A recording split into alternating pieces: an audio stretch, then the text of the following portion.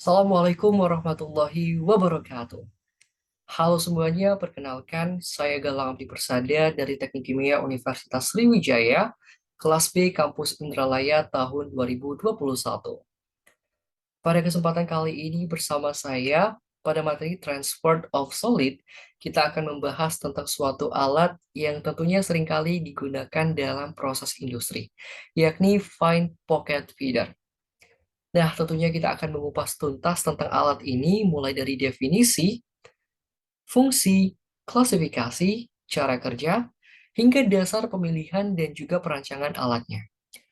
Nah, tanpa berlama-lama lagi, langsung saja kita akan masuk ke dalam pembahasan kita.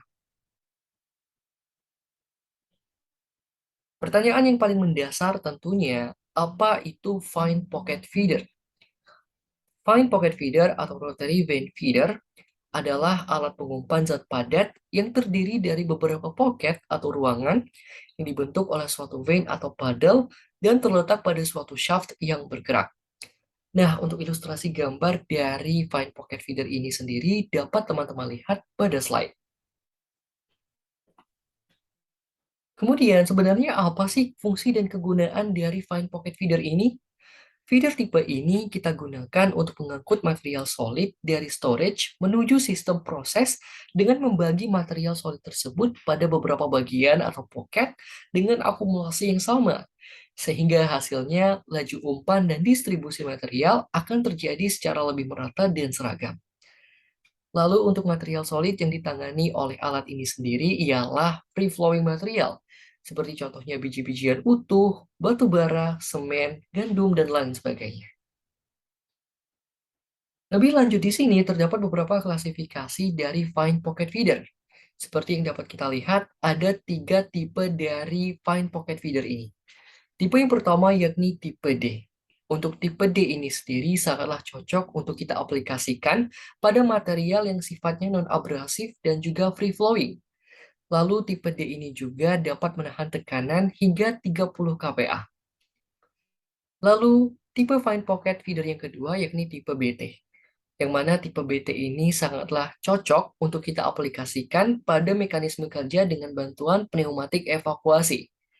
Lalu tipe BT ini juga dapat menahan beban material yang lebih berat dari tipe D, dan juga tipe BT ini dapat menahan tekanan yang juga lebih tinggi dari yang dapat ditahan oleh tipe D, yakni mencapai 100 kPa. Lalu tipe yang terakhir yakni tipe HL, yang mana tipe HL ini sendiri merupakan gabungan atau kombinasi dari tipe D dan juga tipe BT. Lalu lebih lanjut di sini, ada 2 cara kerja dari Fine Pocket Feeder ini. Cara kerja yang pertama yakni dengan memanfaatkan bantuan teknologi pneumatik evakuasi, yang mana teknologi ini dapat membantu menggerakkan pocket melalui shaft untuk memastikan pengumpanan, pengelompokan, dan pengisian material solid dapat terjadi secara merata dan seragam. Untuk ilustrasi gambar dari mekanisme kerja yang pertama ini dapat teman-teman lihat pada gambar di samping.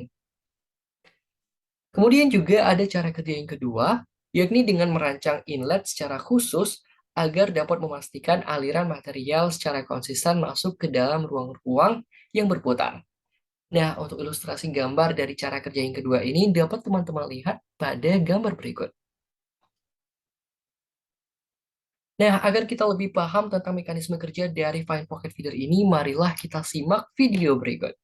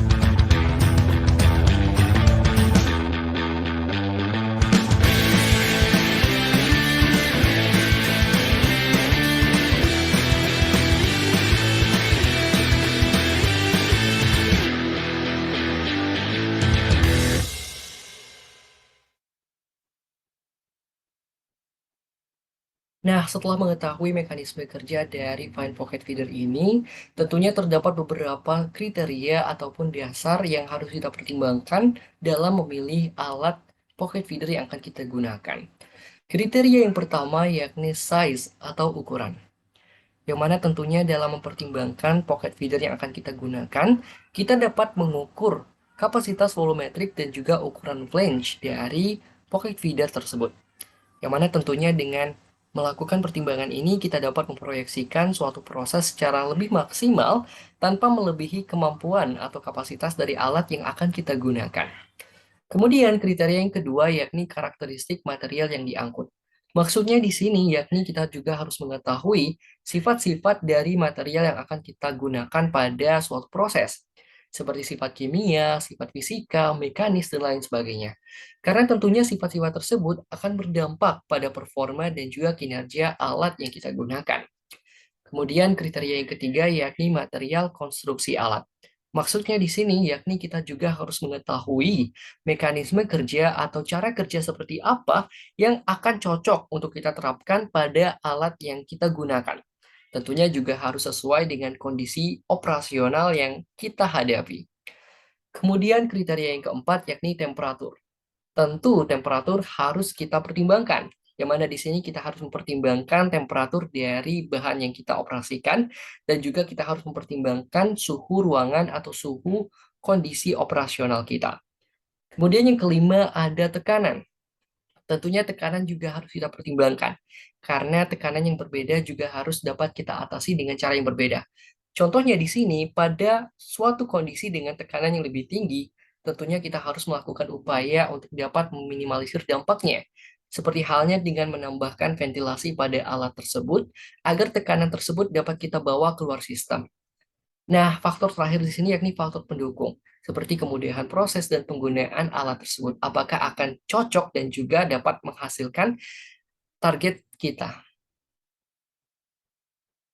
Nah, lebih lanjut di sini tentunya terdapat juga beberapa faktor dan juga kriteria yang harus kita perhatikan dalam merancang Fine Pocket Feeder yang akan kita gunakan.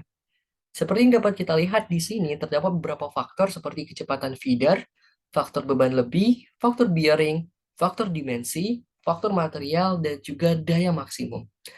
Tentunya seluruh faktor ini kita harus pertimbangkan dan juga analisa sebaik mungkin agar kita dapat memilih alat Find Pocket Feeder terbaik yang dapat kita gunakan pada proses yang kita akan lakukan sehingga dapat menghasilkan kerja dan juga menghasilkan hasil yang terbaik. Kemudian tentunya kita dapat menghitung kapasitas volumetrik pada pocket fan feeder yang akan kita gunakan. Formulanya antara lain seperti yang dapat kita lihat pada layar. Nah, tentunya di sini kita juga akan langsung menerapkan formula tersebut dalam suatu kasus. Di sini ada suatu kasus pada industri gandum, yang mana industri gandum tersebut memerlukan pocket feeder untuk handling material solid yang akan didistribusikan berupa biji gandum. Jika alat yang kita gunakan memiliki inlet sebesar 100 lbs per menit dengan bulk density sebesar 35 lbs per CUFT, maka tentukan kapasitas volumenya. Nah, untuk menyelesaikan kasus ini, kita harus melakukan atau membuat beberapa asumsi. Yang mana di sini, asumsi pertama yakni kita membuat asumsi efisiensi alat. Seperti yang kita ketahui bahwasanya pada kondisi umum, Fine Pocket Feeder memiliki efisiensi sebesar 65-85%. Nah, di sini kita asumsikan efisiensi alat dari pocket feeder yang kita gunakan berada pada 80%. Kemudian asumsi kedua yakni rotor speed, yang mana di sini kita asumsikan valve berada di bawah 16 inch dengan range umum sebesar 25 hingga 30 rpm. Dan di sini kita asumsikan rotor speed yang kita gunakan berada pada 25 rpm. Nah, oleh karena itu, langsung saja kita masukkan ke dalam formula yang sudah kita dapatkan sebelumnya. Dan di sini kita dapatkan hasilnya yakni 0,14285 CUFT per rotasi. Atau jika kita konversikan ke dalam kilogram menjadi 4,05 kilogram per rotasi. Jadi dalam kasus ini, satu kali rotasi atau putaran Fine Pocket Feeder yang digunakan dapat menampung 4,05 kilogram biji gandum. Nah, ini merupakan beberapa referensi yang saya gunakan dalam pembahasan kita tentang Find Pocket Feeder kali ini.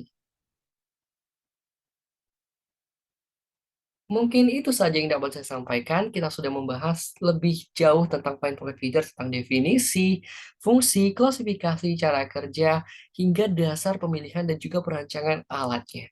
Semoga apa yang saya sampaikan dapat bermanfaat dan juga menambah ilmu pengetahuan kita tentunya, terutama tentang Find Pocket Feeder.